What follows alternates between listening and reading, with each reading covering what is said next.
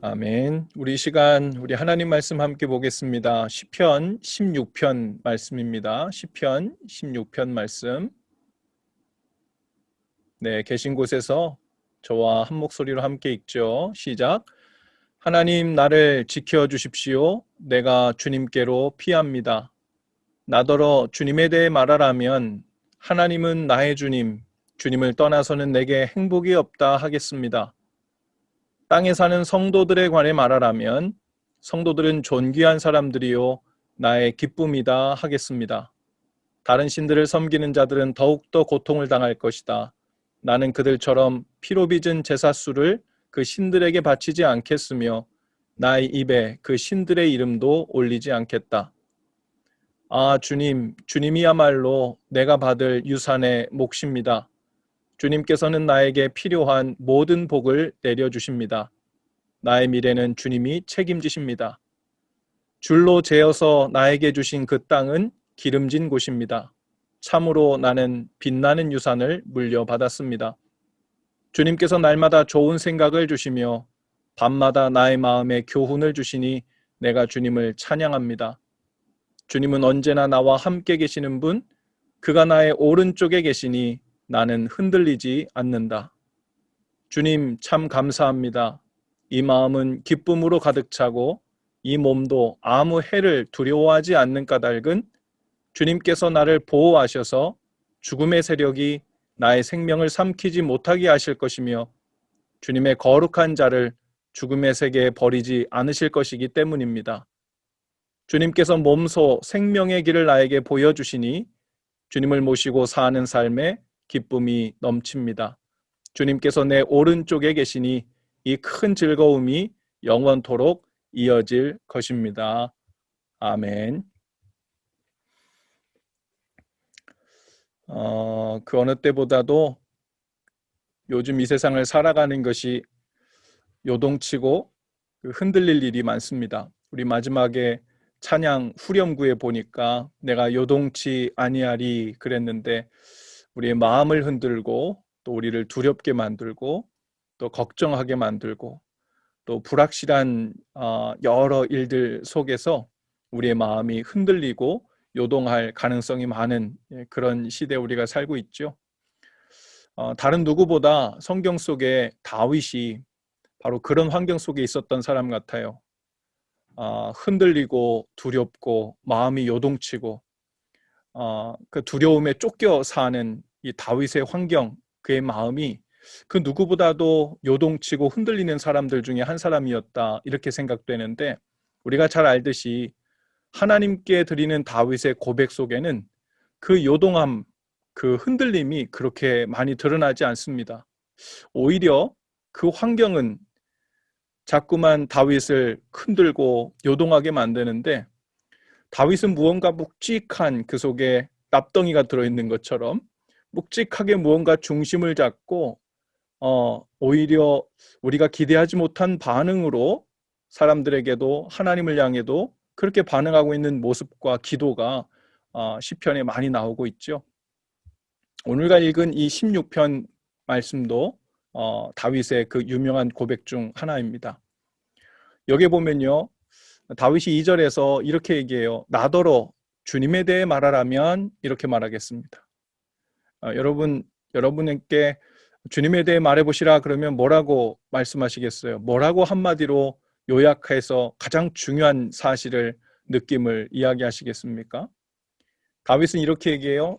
나더러 주님에 대해 말하라면 하나님은 나의 주님, 주님을 떠나서는 내게 행복이 없다 하겠습니다. 다윗은 지금 위험 가운데 있습니다. 사울이 다윗을 죽이고자 하고 블레셋 땅으로 피했지만 블레셋 사람들도 다윗을 죽이려고 합니다. 가는 곳마다 피할 곳이 없어요. 자기를 흔들고 두렵게 만드는 상황들이 계속 펼쳐지는데 다윗은 마치 언제라도 자기가 죽음에 넘겨질 수 있는 상황 속에 있습니다. 죽음과 삶이 한 걸음 사이처럼 보이는 거예요. 우리 삶에도 그럴 때를 만날 때가 있죠. 두려움이 엄습하고 답답함이 엄습하고 걱정이 우리 턱끝까지 밀려올 때 우리는 이러다 죽겠다.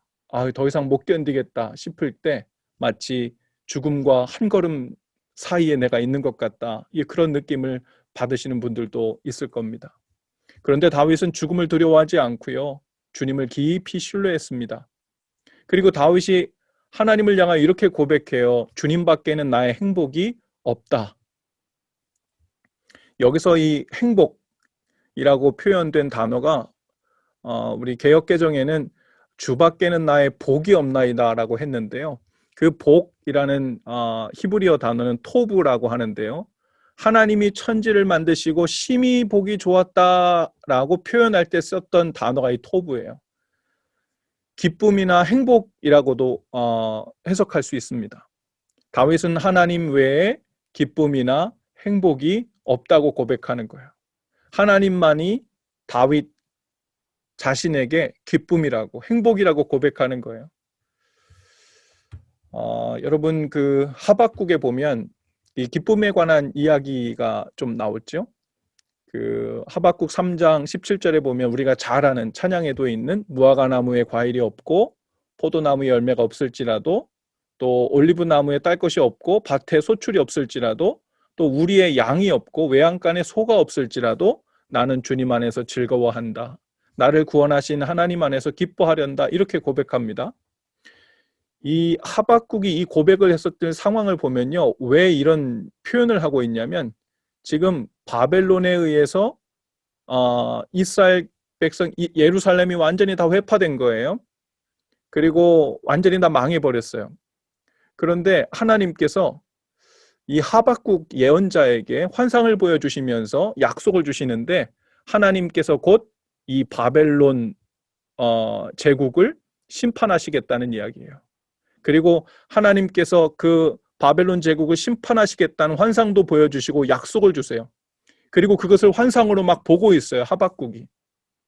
그런데 지금 현실 속에서는 뭐냐면 이미 그 바벨론의 군대의 말발국에 의해서 다 황폐가 된 거예요. 유다 땅이 아무것도 없는 거예요. 무화과 나무에 과일도 없고 포도나무에 열매도 없고 올리브에서 아무것도 딸 것도 없고 우리의 양도 없고 외양간에 소도 없어요. 아무것도 없어요. 그런데 하박국이 나는 주님 안에서 즐거워하겠다고 나를 구원하신 하나님을 기뻐하겠다고 고백하는 이유는 하나님께서 이제 그 약속하신 그 일을 저 원수들에게 이루실 것을 정의를 이루시고 하나님께서 그 약속을 이루실 거라는 것에 대한 소망으로 인해서 자기는 오히려 기뻐하고 즐거워하겠다고 고백합니다. 마치 지금 당장 하나님께서 약속하신 그 일이 눈앞에 있는 것처럼 믿음으로 바라보고 기쁨을 쟁취하고 있는 것을 봐요. 그래서 그 18절에 보면요. 나는 주님 안에서 즐거워하련다. 그리고 나를 구원하신 하나님을 기뻐하련다 그래요. 나를 구원하실 하나님이 아니라 나를 구원하신 과거형이에요. 이미 나를 구원하신 거예요. 하박국은 왜 이런 표현을 썼을까?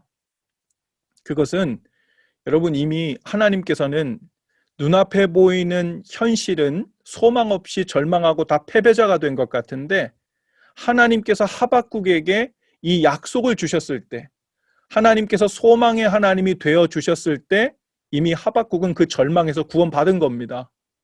그래서 이미 하나님을 구원하신 하나님이라고 고백하고 기쁨을 취하고 있는 거죠.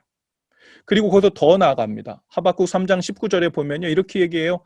주 하나님은 나의 힘이시다. 나의 발을 사슴의 발과 같게 하셔서 산등성이를 마구 치닫게 하신다. 지금 하박국은 그 소망이 그렇게 이루어졌으면 좋겠습니다 정도의 바램 정도만 갖고 있는 게 아니에요. 이미 내 안을 그 약속의 소망으로 가득 차게 하신 하나님으로 인해서 기쁨이 가득 찬 겁니다. 그래서 가만히 있을 수가 없어요. 마치 사슴이 막 뛰어다니는 것처럼 산등성이를 마구 돌아다니는 것처럼 나의 발을 마치 그와 같이 가볍게 만들고 기쁘게 만들어서 나로 하여금 껑충껑충 뛰는 그런 영혼을 갖게 하신다는 거죠. 3절에 보면요. 이제 하나님께서 다윗이 하나님을 바라보면서 그분이 나의 행복이다. 그분만이 나의 복이라고 고백한 후에 그의 시선이 하늘에서 땅으로 내려옵니다. 그리고 성도들을 바라봐요. 그리고 3절에 이렇게 얘기해요. 땅에 있는 성도들은 존귀한 자들이니 나의 모든 즐거움이 그들에게 있도다. 다윗은 하나님을 나의 행복이라고 고백한 후에 이제는 땅에 있는 성도들에 대해서 얘기하는데 자기 눈에 이렇게 보이는 거예요. 그 성도들을 뭐라고 합니까? 존귀한 자라고 얘기해요. 존귀한 자라는 말을 영어 성경에서 보면요, excellent라는 표현으로 했어요. 최고라는 겁니다. 최고. 지금 다윗 주변에 함께 있는 사람들이 우리 현실적인 눈으로 봐서는 그렇게 최고라고 표현할 만한 사람들이 아니었습니다. 빚지고 원통하고 환난당한 자들이 지금 주위에 몰려 있는 거예요. 그들은 지위가 높은 사람들도 아니고 종교 지도자들도 아니었고 엘리트층도 아닙니다. 부자들도 아니에요. 그들은 마치 존귀라는 단어와는 거리가 멀어 보이는 사람들이고 최고라고 표현하기에는 부적절해 보입니다. 현실로 보면 부담스러운 사람들이에요. 하지만 다윗은 그들을 하나님 편에서 바라보고 있어요. 그리고 그들을 심히 기뻐하고 즐거워하고 있습니다. 비천해 보이고 아픔과 슬픔 많은 사람들이었지만 하나님께 은혜를 구하고, 지금 정치적 상황은 사울이 완전히 왕궁을 다 지배해버리고 다윗은 쫓기는 신세가 되어서 완전히 열악한 처지에 있었음에도 불구하고 그 사람들은 하나님의 다윗을 향한 약속을 믿고 다윗 쪽에 지금 몰려든 사람들이거든요. 그러니까 하나님께 은혜를 구하고 있었던 사람들이에요. 그들을 바라보면서 하나님을 향해 그 믿음을 갖고 있었던 사람들을 향해 다윗은 성도들이라고, 존귀한 자들이라고, 그들을 기뻐한다고 이야기하고 있는 거죠. 우리가 하나님을 깊이 사랑하면요, 그 눈으로 우리 주위에 있는 사람들도 볼 수 있게 되죠. 그래서 그들이 사랑스럽게도 보이고 또 불쌍하게도 보이는 거죠. 교회 성도들만이 아니라 좀 부족하고 연약하고 때론 고집도 세고 비천해 보이기도 하고 믿음이 적어 보이는 사람들도 하나님의 눈으로 보는 눈이 밝아지기 시작하는 거예요.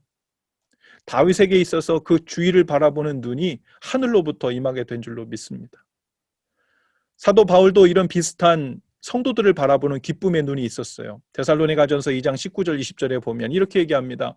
우리의 소망이나 기쁨이나 자랑의 면류관이 무엇이냐? 그가 강림하실 때 우리 주 예수 앞에 너희가 아니냐? 너희는 우리의 영광이요 기쁨이니라. 마치 연애편지 쓰듯이 성도들에게 쓰고 있습니다. 성도들을 볼 때 바울의 눈에는 그들이 소망이고 기쁨이고 자랑의 면류관이었다고 얘기해요. 그들이 완전하고 아주 특별한 사람들이어서가 아니었습니다. 하나님의 눈으로 그 눈앞에 은혜를 입은 자들이었다는 거죠. 이제 다윗은 하늘에서 땅을 향해 시선을 돌리고 그 다음에는 그 주위를 살피기 시작합니다. 그리고 자신이 처한 형편을 살피기 시작해요. 6절과 7절 말씀입니다. 한번 같이 읽어볼까요? 6절과 7절. 네, 시작. 줄로 재어서 나에게 주신 그 땅은 기름진 곳입니다. 참으로 나는 빛나는 유산을 물려받았습니다. 주님께서 날마다 좋은 생각을 주시며 밤마다 나의 마음에 교훈을 주시니 내가 주님을 찬양합니다. 네. 다윗은 하나님이 자신에게 땅을 주셨는데 그냥 준 게 아니라 줄로, 요즘에 자로 줄로 딱 재어갖고 준 것 같다는 거예요. 줄로 재어줬다는 말은 무엇입니까? 그냥 되는 대로 이거 가져라 그런 게 아니라 다윗의 형편을 정확하게 살피시고 다윗에게 무엇이 필요한지 정확히 보시고 다윗에게 무엇이 최선인지를 보시고 정확하게 골라서 그것을 줄로 재어가지고 완전 맞춤형으로 주었다는 이야기예요. 다윗이 받은 자신의 땅이 아름답고 실로 아름답다고 기름지다고 얘기하고 있어요. 그런데요, 현실적으로는 다윗은 가진 게 없습니다. 아직 왕이 된 것도 아니고 안전한 요새나 땅을 소유한 것도 아니었어요. 주인 없는 광야에서 도망치고 살고 있던 처지입니다. 그런데 다윗은 하나님이 자신에게 줄로 재어준 땅에 대해 기름지다고 말해요. 만족한다고 얘기합니다. 다른 사람이 받은 땅이 더 좋다고 비교의식에 사로잡히지 않았어요. 저 사울은 저렇게 하나님 말씀에도 반하게 저렇게 자기 욕심에 끌려 사는데도 저렇게 승승장구하는데 저는 이게 뭡니까? 이렇게 비교의식에 사로잡히지 않았어요. 겉으로 보이는 땅은 메마르고 황폐하고 불안하고 소망 없는 땅이었지만 하나님께서 다윗의 보호자가 되시고 필요한 것을 공급하시고 다윗 편이 되어 주시니까 다윗이 뭐라고 얘기하냐면 자신이 얻은 땅, 그 땅은 자신의 주위 형편을 얘기하는 거죠. 기름지다고 고백합니다. 하나님은 우리에게도 줄로 재어준 삶의 땅들이 있어요. 마치 그 경계를 넘어가지 못하게 우리에게 확정적으로 주어진 줄로 재어준 것 같은 삶의 땅들이 있죠. 어쩌면 우리가 한국에서 혹은 미국에서 황인종으로 태어나게 하신 것도 줄로 재어주어 주신 땅일 수 있습니다. 남자 혹은 여자로 태어나게 하신 것도, 또 나에게 나만의 체질과 성격과 재능을 주신 것도 줄로 재어서 우리에게 주신 기름진 땅일 수 있죠. 우리는 하나님이 줄로 재어주신 모든 것을 좋다고, 아름답다고, 기름지다고 볼 수 있는 눈, 그리고 감사와 또 그걸 아름답게 볼 수 있는 눈이 있게 되기를 축복합니다. 나를 살찌는 체질로 만드셨으면 우리는 그걸 보면서도 아름답다 할 수 있어야 되겠습니다. 아멘? 나를 마른 체질로 만들었어도 우리는 그것이 아름답습니다 라고 얘기할 수 있죠. 그러면 마른 체질로 만들었는데 살찐 사람 어떻게 해야 되나요? 회개해야 되겠죠. 여러분, 키가 큰 사람은 큰 사람대로 아름답고 키가 작은 사람은 작은 사람대로 아름답습니다. 우리는 하나님이 나에게 주시는 하루하루의 식사가 너무 맛있다고 말할 수 있어요. 된장찌개는 된장찌개로 맛있고 김치찌개는 김치찌개로 맛이 있습니다. 하나님이 나에게 주시는 옷이 너무 아름답고 말할 수 있어요. 내 아내가 너무 예쁘고 내 남편이 너무 멋있고 내 남자친구, 여자친구가 너무 멋있을 수 있어요. 나의 자녀가 너무 좋고 내 부모가 너무 아름답다고 말할 수 있어야 합니다. 나에게 주신 양, 또 나에게 주신 목자, 나에게 주신 신앙의 동료들이 아름답고 좋다고 말할 수 있어야 하죠. 어쩌면 하나님이 우리에게 줄로 재어서 주신 것 같은 우리 인생의 영역, 또 구역, 또 우리에게 주신 그 놀라운 그 헤리티지가 무엇인지 오늘 하나님 앞에 그 고백이 돌려드릴 수 있게 되면 좋겠습니다. 하나님 곁에 바짝 붙어 있는 이 다윗이 그 주위를 둘러보니까 나에게 줄로 재어준 구역이 기름지고 아름답다고 고백하는 거 보는데요. 어쩌면 누구는 이렇게 고백할 수 있을지 몰라요. 아닌데요? 객관적으로 보아도 저 안 예쁜데요? 아름답지 않은데요? 보기 좋지 않은데요? 불만이 생기는데요? 그럴 수 있습니다. 하지만 하나님이 줄로 재어준 땅을 그분의 눈으로 보지 못하고 세상의 렌즈로 빌려서 보게 될 때 그렇게 되는 것이죠. 각각의 사람들의 눈에는 달리 보여도 본래 모든 인간은 하나님의 눈에 아름답게 창조하셨죠. 그 증거가 우리 신생아들을 보면 그럴 수 있을 것 같아요. 신생아실 한번 가보신 분들도 계실 텐데 객관적으로 볼 때요, 아기들이요, 뭐 누가 아기들 중에서는 이목구비가 더 뚜렷한 아기도 있고 그렇지 못한 아이도 있겠죠. 또 누가 더 균형 있게 생겼는지 뭐 그런 것도 다른 점은 있을 수 있겠죠. 하지만 자기 아기가 세상에서 가장 사랑스럽게 보이는 그 부모의 마음은 절대로 객관적일 수가 없습니다. 그렇죠? 아무리 다른 아이가 객관적으로 잘생기고 비율이 잘 맞고 예뻐 보이고 멋있어 보여도 내 아이보다 그 아이가 더 사랑스러울 수는 없거든요. 하나님께서 하나님의 형상을 따라 만든 우리가 왜 객관적으로 보면 밉상이기도 하고 천해 보이기도 하고 죄와 욕심이 가득해 보이기도 하고 말도 안 듣고 그러는데도 하나님의 눈에는 기쁨을 이기지 못하여 하실 만큼 아름답고 기뻐한다, 예쁘다라고 말씀하실 수 있는 이유가 거기 있지 않겠습니까? 마지막으로 우리 8절 말씀을 함께 보기 원하는데요. 어쩌면 우리가 이 말씀을 시작하면서 8절을 먼저 봤어야 될지도 모르겠어요. 사실은 이 8절의 다윗의 고백 때문에 앞에 나온 다윗의 모든 복들과 보는 눈들이 열렸다고 볼 수 있어요. 8절, 주님은 언제나 나와 함께 계시는 분, 그가 나의 오른쪽에 계시니 나는 흔들리지 않는다. 누가 봐도 마구마구 흔들릴 수밖에 없는 인생이고 그런 환경 속에 살았던 다윗이 흔들리지 않는 이유에 대해서 주님은 언제나 나와 함께 계시는 분이라는 믿음, 그리고 그분을 내 오른쪽에 모신 다윗의 능동적인 그 믿음입니다.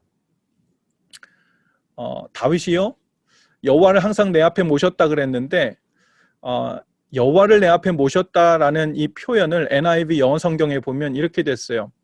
I have set the Lord always before me. I have set the Lord always before me. 하나님을 항상 내 앞에 두었다라고 표현하는 겁니다. 그러니까 하나님이 오셔가지고 여기 그냥 임재해 주신다고 표현하지 않고 내가 하나님을 내 앞에 두었다, 모셨다. I have set the Lord. 이렇게 얘기한 겁니다. 보이지 않는 하나님을 보는 것 같이 믿은 겁니다. 그게 하나님을 모시는 일이었어요. 다윗에겐. 하나님의 인도하심을 따르는 겁니다. 믿음으로 바라본 겁니다. 또 이 표현을 영어 메시지 성경에 보면 뭐라고 되어 있냐면 Day and night I will stick with God 그랬어요. Day and night I will stick with God. 밤낮으로 하나님을 붙들겠습니다 라고 했어요. 여기 보면 set the Lord and stick with God, 이것도 다 내가 그렇게 하는 거예요. 모시는 거고 붙드는 거예요. 다윗이 광야에서 도망자의 삶을 살면서 오직 한 가지를 단단히 타협 없이 붙들었는데 바로 하나님을 내 앞에 믿음으로 모시는 일, 그리고 하나님의 임재가 내 앞에서 떠나지 않으시도록 밤낮으로 단단히 그 일을 붙드는 일, 이것이었어요. 그것이 다윗으로 하여금 광야 도망자의 삶에서도 하나님으로 인하여 행복한 삶, 비천한 자들과 살면서도 그들을 존귀와 최고로 사랑스러운 존재, 기쁨과 행복의 대상으로 여기며 살 수 있었던 비결, 그리고 나에게 꼭 맞는 맞춤형 복된 최고의 기름진 삶의 환경을 주신 것 같은 그 감사로 반응할 수 있는 일, 바로 다윗은 광야에서 젖과 꿀이 흐르는 땅, 즉 가나안을 살고 있었습니다. 하나님을 항상 밤낮으로 앞에 모셨기 때문이지요. 그렇게 하나님은 다윗의 오른편에 힘이 되어 주셨습니다. 우리 신앙이 얼마나 흔들릴 때가 많아요. 우리 인생 자체가 본래 흔들리는 인생이죠. 얼마나 쉽게 흔들릴 수 있냐면요, 우리는 일이 잘 돼도 흔들려요. 그렇죠? 일이 잘 되면 우리 안에 부풀어 오르는 교만함이 일어나가지고 내가 마치 하나님 자리에 앉은 것처럼 흔들려요. 또 일이 잘 안 돼도 스트레스 받으면서 흔들려요. 하나님이 축복을 해주셔도 흔들리고 하나님이 축복을 안 해주시는 것 같아도 흔들려요. 왜 흔들릴까요? 중심을 잡지 못하기 때문에 그렇습니다. 문제가 있고 없고의 문제가 아니라 문제는 살다 보면 있기도 하고 없기도 해요. 문제처럼 여겨지는 것도 있고 문제인데 문제로 여겨지지 않을 때도 있어요. 하지만 흔들릴 때 굳건히 의지하고 중심을 잡을 수 있는 인생의 중심을 잃었을 때 우리는 흔들리죠.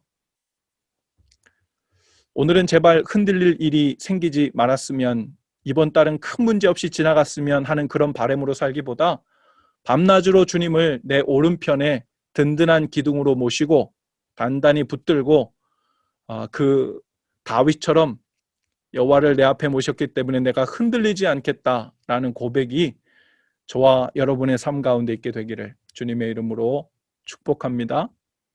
아멘. 우리 이 시간 밤이나 낮이나 우리 함께 찬양하신 후에 함께 기도하는 시간 갖겠습니다.